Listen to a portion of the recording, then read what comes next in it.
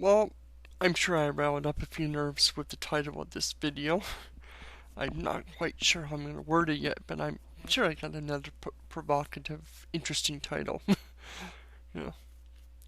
And of course, you're going to ask, do I seriously think this? Do I seriously think that you cannot, that without objective morals, you can't punish someone for their actions?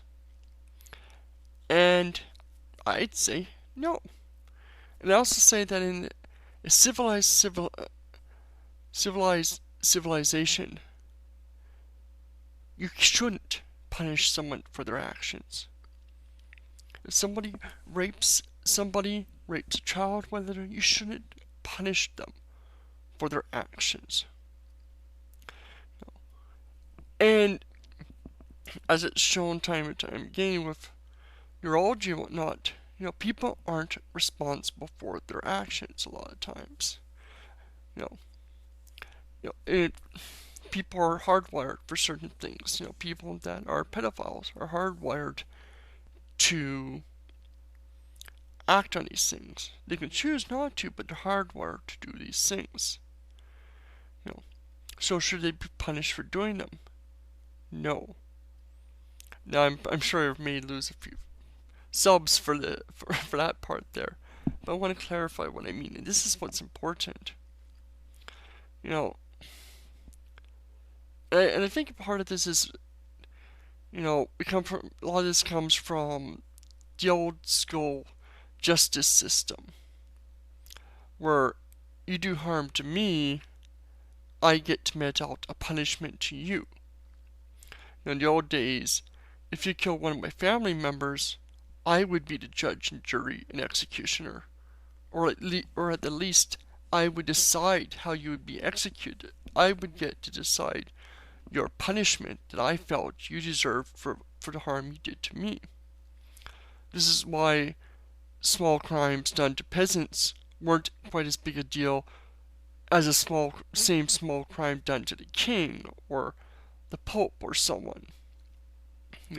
You harm the king in a slight way, you get a much harsher punishment, often death, than if it was someone else, because a king decides and has the means to force this idea. And this seems to be a lot of the idea where the Bible comes from, with punishment, that God's the ultimate being, and any slight done to him deserves the ultimate punishment. You hurt God, well, God punishes you for hurting him. The problem is, this is an archaic way of punishment, way of dealing with crimes. What should be done is not punishment, but to protect society and protect others. You don't lock up the rapist in punishment for his crime. You lock him up because chances are he's going to do it again.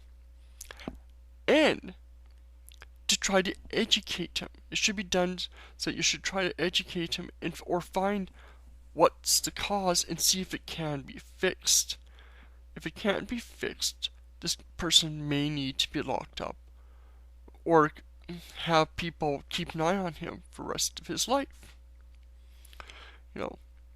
And this is a serious problem because this idea of punishment, you get serial rapists, killers, thieves, whatever. You lock them up, and punishment for an arbitrary amount of time, and it's assumed the debt is paid to society. But is the cause fixed at all? No. A lot of these child rapists go and do it again and again and again because the underlying problems aren't looked into. They're just released out, and yes, there's ways to try to keep them controlled, try to limit them, and sometimes they won't be released if there's a thought that it will still be a danger. But all you're really doing is saying this crime deserves this amount of punishment, and afterwards you're let go. And many people do it again, because you haven't found the source of these problems. And this is a huge issue. You know,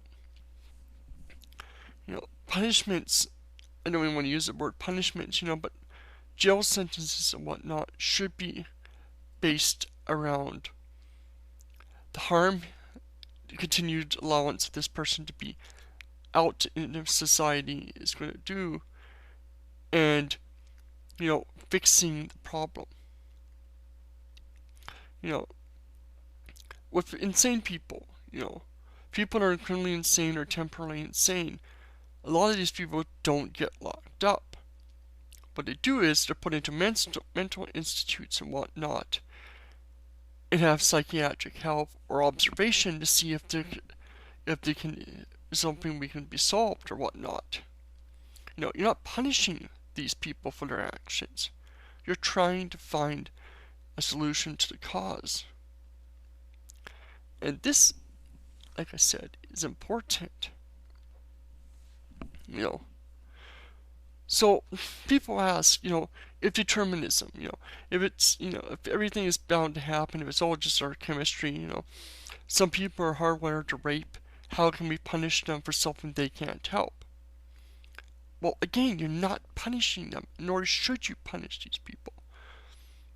You should lock them up because if you don't, they're going to harm society again.